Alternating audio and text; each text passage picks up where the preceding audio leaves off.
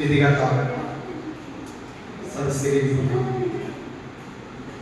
പ്രിയപ്പെട്ട സുഹൃത്തുക്കൾ, നമസ്കാരം. ഇന്നിവിടെ പ്രസംഗത്തിനായി എനിക്ക് കിട്ടിയിരിക്കുന്ന വിഷയം പ്രകൃതി സംരക്ഷണം നമ്മുടെ ഉത്തരവാദിത്വം എന്ന വിഷയമാണ്. പ്രകൃതി ഉണ്ടെങ്കിലേ നമുക്ക് എന്നും ഇവിടെ സുഖവാസമുള്ളൂ. നമുക്ക് മാത്രമല്ല, വരും തലമുറക്ക് പോലും പ്രകൃതിയെ നമുക്ക് ഇവിടെ നിലനിർത്തണം. ചെറിയൊരു ജീവിതം കൊണ്ട് നമ്മൾ നശിപ്പിച്ചു പോകേണ്ടതല്ല നമ്മുടെ ഈ പ്രകൃതി എന്നത്.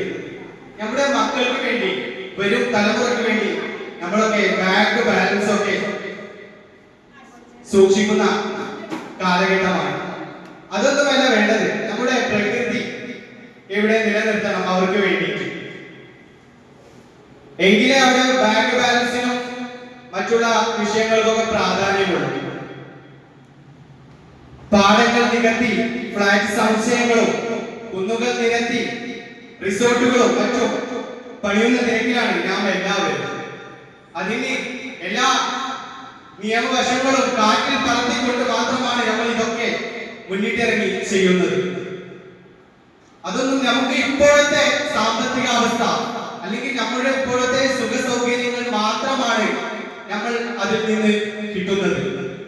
അത് പോരാ, നമുക്ക് നമ്മുടെ വരും തലമുറയ്ക്ക് വേണ്ടി നമ്മുടെ പ്രകൃതി നല്ല വശ്യസുന്ദരമായി ഇവിടെ നിലനിർത്തേണ്ട ആവശ്യമുണ്ട്. നമ്മുടെ ഈ വർഷം നമ്മുടെ വയനാട് ചൂരൽമല മുണ്ടക്കയം ഉരുൾപൊട്ടൽ, അതിന്റെ വേദന ഇന്നും നമ്മുടെയൊക്കെ മനസ്സിൽ നിന്ന് വിട്ടുപോയിട്ടില്ല. അതങ്ങനെ പെട്ടെന്ന് വിട്ടുപോകുകയുമില്ല. എത്രയോ ജീവനുകളാണ് അവിടെ പൊളിഞ്ഞത്. ഒരുപാട് പേരുടെ മൃതദേഹങ്ങൾ കിട്ടി. ഒരുപാട് പേരുടെ മൃതദേഹങ്ങൾ ഇനിയും കണ്ടു കിട്ടിയിട്ടില്ല. മലപ്പുറം ജില്ലയിലെ നിലമ്പൂർ ഭാഗത്താണ് വയനാട് പൊട്ടിയ ഉരുൾപൊട്ടലിന്റെ പലതും അടിഞ്ഞുകൂടിയത്.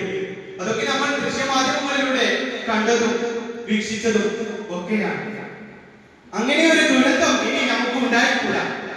അതുപോലെ തന്നെയാണ് നമ്മുടെ ജീവിതത്തിൽ നമ്മൾ ഉപയോഗിക്കുന്ന വസ്തുക്കളിൽ ജൈവ മാലിന്യങ്ങളെക്കാൾ കൂടുതൽ ഉപയോഗം നമുക്ക് അജൈവ മാലിന്യങ്ങളാണ്.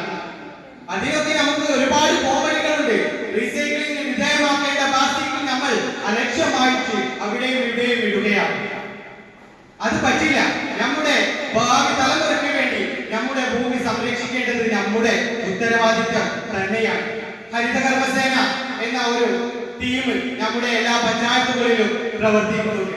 അവരൊക്കെ വീട്ടിൽ വന്ന് കവറുകളും ചില്ലുകളും പ്ലാസ്റ്റിക്കും ഒക്കെ വേർതിരിച്ച് കൊണ്ടുപോകുന്നുണ്ട്. നമ്മൾ അത് തരംതിരിച്ച് മാറ്റി വെച്ചാൽ മതി, അല്ലെങ്കിൽ അതിൽ അഴുക്ക് കളഞ്ഞു വെച്ചാൽ മതി.